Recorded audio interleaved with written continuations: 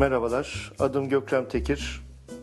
İstanbul Kurumsal Gelişim Firması'nda proje yönetimi eğitimi, MS Proje kullanarak proje planlaması, PMP sınavına hazırlık gibi konularda eğitim hizmetleri sunuyorum. Bunun yanı sıra farklı firmalarda proje yönetimi metotlarının geliştirilmesi, proje ofislerinin kurulması gibi danışmanlık hizmetleri gerçekleştiriyorum. Bu podcast'te amacım hem bir deneme yayını çekmek, hem de proje yönetimi hakkında kısaca bilgi vermek. İnternette podcastları incelediğinizde proje yönetimi üzerine çok farklı İngilizce kaynaklar bulunabiliyor. Fakat Türkçe ne yazık ki yok. Bu çerçevede ben de ilk Türkçe proje yönetimiyle ilgili podcastları hazırlamam gerektiğini düşünerek bu sürece başlamaya karar verdim. Podcast'imizin içeriğinde neler olacak? Ağırlıklı olarak proje yönetimi nedir ne değildir anlattığımız konu başlıklarını ele alacağız.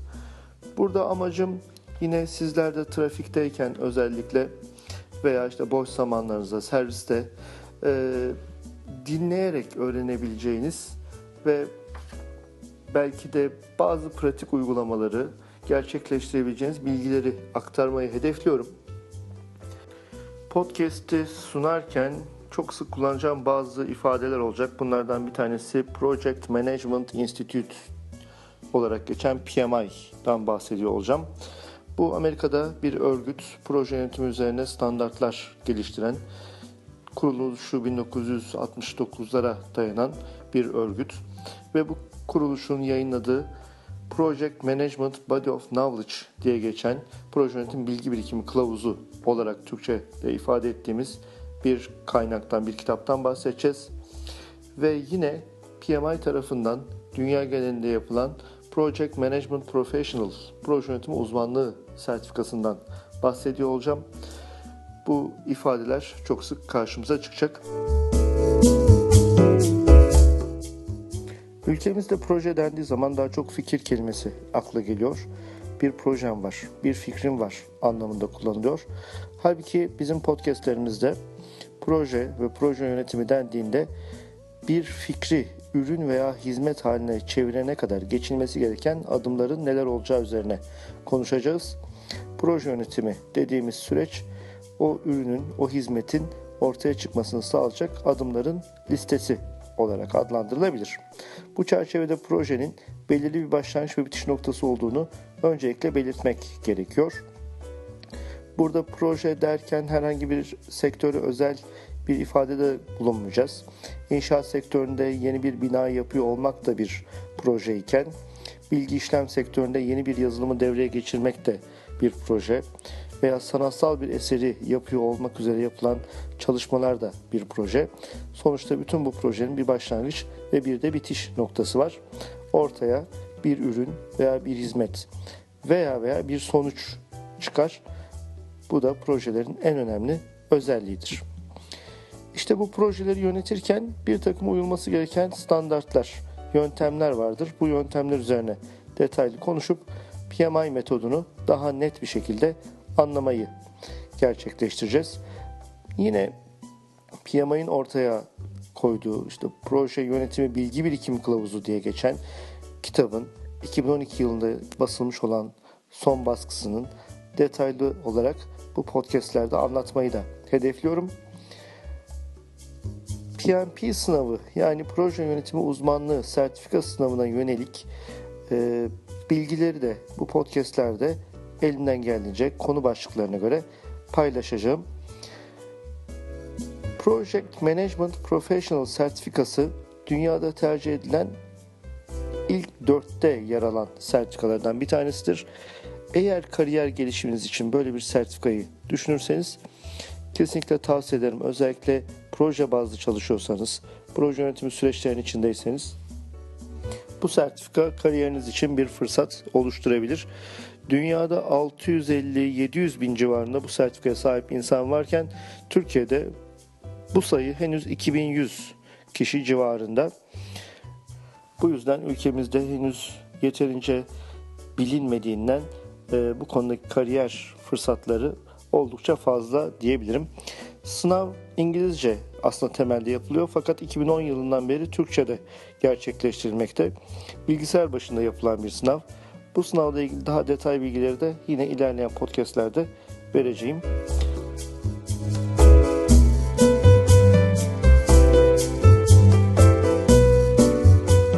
Birinci bölümün içinde yer almasını gerekli gördüğüm bazı detay bilgileri de paylaşacağım. Öncelikle Proje Yönetimi Enstitüsü'nden bahsetmek istiyorum.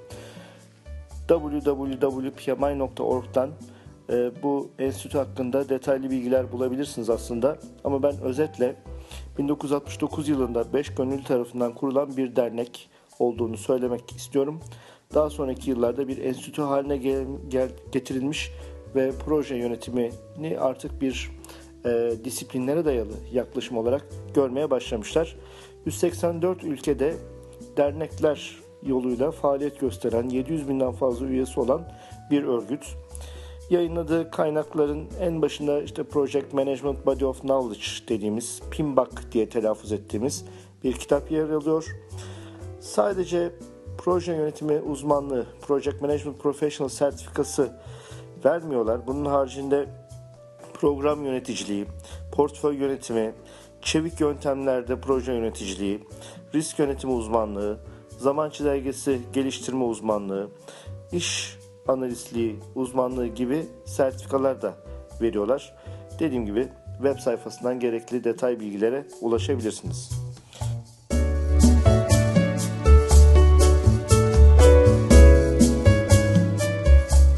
Bu podcastlerdeki genel amacım proje yöneticiliğini bir meslek olarak tanıtmak, proje yönetimi alanlarına giren konuları geniş ve detaylı olarak ele almak, farklı disiplinlerle çakışan yönleri var. Örneğin proje yönetimi psikolojiyle, sosyolojiyle alakalı detay noktaları var. Bu çerçevede insanların yönetilmesi, daha analitik taraflar, istatistiksel taraflar var. Risk yönetimi gibi konuların içinde.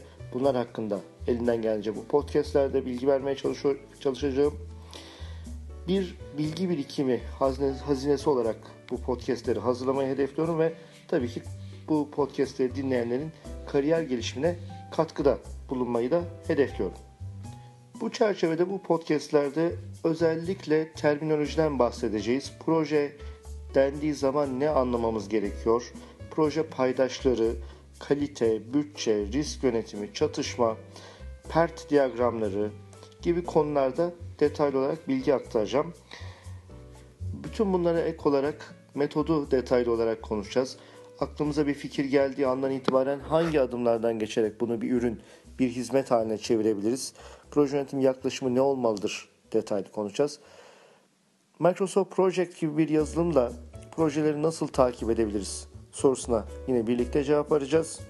Bu çerçevede internette hazırlamış olduğum bazı videolara veya diğer eğitmen arkadaşlarımın hazırladığı videolara linkler sizlere sunacağım. Ve tabii ki PMI'nin yayınladığı Proje Yönetim Bilgi Birikimi Project Management Body of Knowledge adlı kitap hakkında detaylı bilgiler vereceğim. Proje yönetimi konusunda ortak dili yakalamak amacıyla bir terminoloji desteği sunuyor aslında bu kaynak. Genel kabul gören süreçlerin daha detaylı olarak ele alınmasını ve metot sunarak projenin yönetilmesi için yol gösteren bir araç. Proje yönetimi uzmanlığını hedefleyen, bu PMP sınavını hedefleyen kişilerin kesinlikle referans alması gereken bir kaynak. Ve bu PMBOK dediğimiz kaynak ilk kez 1996 yılında yayınlanıyor. 4 sene sonra 2000 yılında ikinci baskısı, bir 4 sene sonra üçüncü baskısı, 2008 yılında dördüncü baskısı ve nihayeten 2012 yılında 5. baskısı yayınlanıyor. 4 senede bir aslında güncelleme olmakla beraber 2016 yılındayız. 2016 yılında yapılacak olan güncellemenin 2018'de yapılacağı duyuruldu. Bu yüzden 2018'in başına kadar PMBOK'larımızda herhangi bir değişiklik olmayacak. 5. baskı geçerli olacak ve ben de bu podcastleri hazırlarken 5. baskıyı referans olarak paylaşıyor olacağım. Bu podcastler kimlere yönelik hazırlanıyor? Proje yönetimi kimlere yönelik hazırlanıyor? Öncelikle proje yöneten, proje yöneticisiyim diyen, hatta projede görev alıyorum diyen kişilerin dinlemesi gereken bilgiler var. Kesinlikle şirketlerin üst yönetimlerine yönelik bilgiler var. Üst yönetimler bazen proje yönetimiyle ilgili yeterli bilgi birikimine sahip olmuyorlar. Bu çerçevede proje yöneticisiyle üst yönetim arasında çatışmalar yaşanabiliyor. Projenin nerede üst yöneticiler tarafından desteklenmesi gerektiğini bu podcastlerde konuşuyor olacağız. Farklı departman yöneticileri projelere bir şekilde kaynak ayırmaları belki gerekecek. İşte nasıl destek vermeleri gerekir, ne sıklıkla destek vermeleri gerekir, bunları birlikte konuşuyor olacağız. Özetle projeye paydaş olan herkes, projeden olumlu veya olumsuz etkilenecek herkes bu podcastlerden yararlanacaktır. Umuduna sahibim.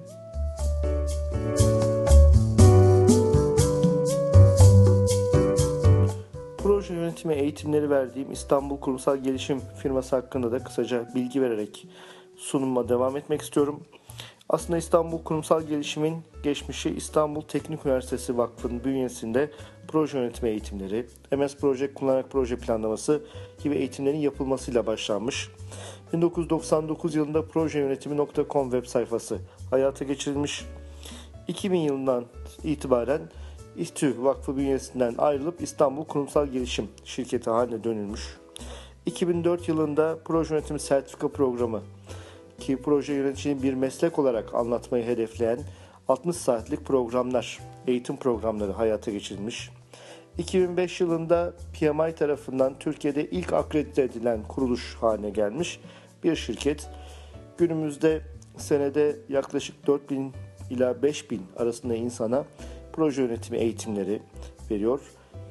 22 kişilik bir eğitmen ve danışman kadrosu, 8 kişilik bir pazarlama ekibi ile faaliyet gösteren İstanbul Kurumsal Gelişim web sayfasında www.projeyönetimi.com sitesinden ulaşabilirsiniz.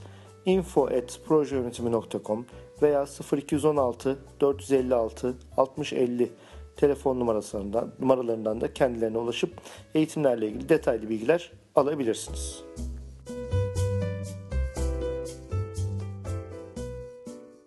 Ben son olarak kendi iletişim bilgilerimi vermek istiyorum.